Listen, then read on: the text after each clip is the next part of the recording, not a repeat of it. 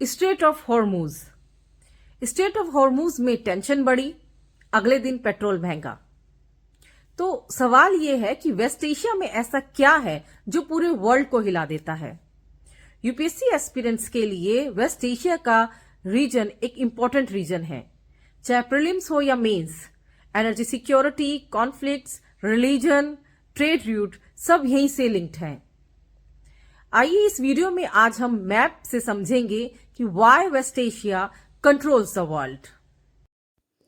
तो first region क्या है? फर्स्ट रीजन है एनर्जी, यानी कि ऑयल एंड गैस पावर। ठीक है, देखते हैं मैप में। जो ये वेस्ट एशिया का रीजन है, इसके पास वर्ल्ड का आधा ऑयल रिजर्व है। आपका सऊदी है, ईरान है, इराक है, कतर है। जैसे यहाँ से ऑयल सप्लाई कम होती है, फ्यूल प्राइजेस बढ़ेंगी, इन्फ्लेशन की स्थिति बनती है और सबसे ज़्यादा प्रेशर जो पड़ता है वो पड़ता है डेवलपिंग कंट्रीज़ पर। इसलिए कहते हैं energy is power and West Asia controls energy. Second point है आपका स्ट्रैटेजिक सी रूट्स। स्ट्रैटेजिक जो सी रूट्स को मैप के साथ समझते हैं। मैरीटाइम चौक पॉइंट्स। अब ध्यान से मैप को देखें।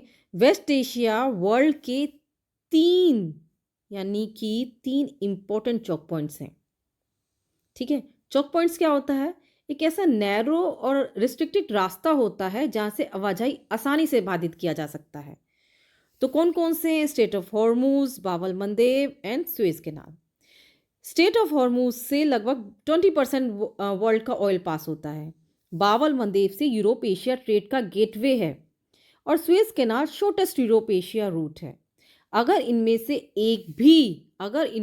एक भी रूट ब्लॉक हो जाए तो ग्लोबल सप्लाई चेन डिस्टर्ब हो जाती है। ठीक है, नेक्स्ट देखते हैं।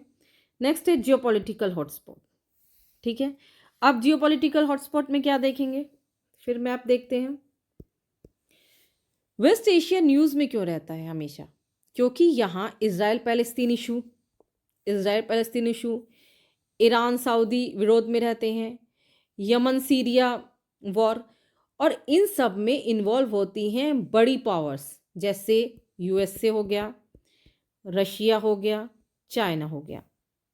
वेस्ट एशिया एक प्रॉक्सी वॉर जोन बन चुका है जहां हर पावर अपना इंटरेस्ट प्रोटेक्ट करती है। प्रॉक्सी वॉर क्या होता है? जब दो पक्ष आपस में नहीं लड़ते बल्कि तीसरा पक्ष का उपयोग करके दूसरे पक्ष को हानि पहुंचाई जाती है, तो उसे कहते हैं प्रॉक्सी वॉर। नेक्स्ट पॉइंट देखते हैं। नेक्स्ट है आपका रिलीजियस एंड कल्चरल इन्फ्लुएंस। अब इसमें यहाँ क्या है? वेस्ट एशिया सिर्फ ऑयल का रीजन नहीं है, ये सिविलाइजेशन और रिलीजन का बर्थ प्लेस भी है। ठीक है, जैसे आपका इस्लाम हो गया है, क्रिश्चियनिटी हो गई, जुडिज्म हो गया। ये होली सिटी है मक्का, मदीना, जेरूसलम। तो ग्लोबल इमोशंस को जो है इन्फ्लुएंस करता है। इसलिए यहाँ के कॉन्फ्लिक्ट सिर्फ पॉलिटिकल नहीं होते हैं, वो इंटरनेशनल और इमोशनल हो जाते हैं। ठीक है, नेक्स्ट क्या है? नेक्स्ट है आपका investment and petro dollar power. ठीक है, नेक्स्ट है आपका investment and petro dollar power. ये लास्ट पॉइंट जो है आपका, इसमें क्या है?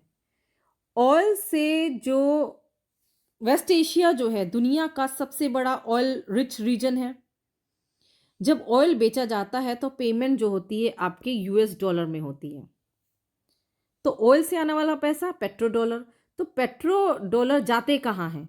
आपकी यूएस बॉन्ड्स में, ग्लोबल बैंक्स में और आर्म मार्केट में। यूएस बॉन्ड से अमेरिका का इकोनॉमी और करेंसी स्ट्रांग होता है। ग्लोबल बैंक्स यानी वर्ल्ड के फाइनेंशियल सिस्टम स्टेबल रहते हैं। आर्म्स मार्केट, मिलिट्री पावर बढ़ती है। ठीक है, तो ये सब क्या है? ये 5 पॉइंट्स क्या बताते हैं कि वेस्ट एशिया जो है कंट्रोल करता है वर्ल्ड को।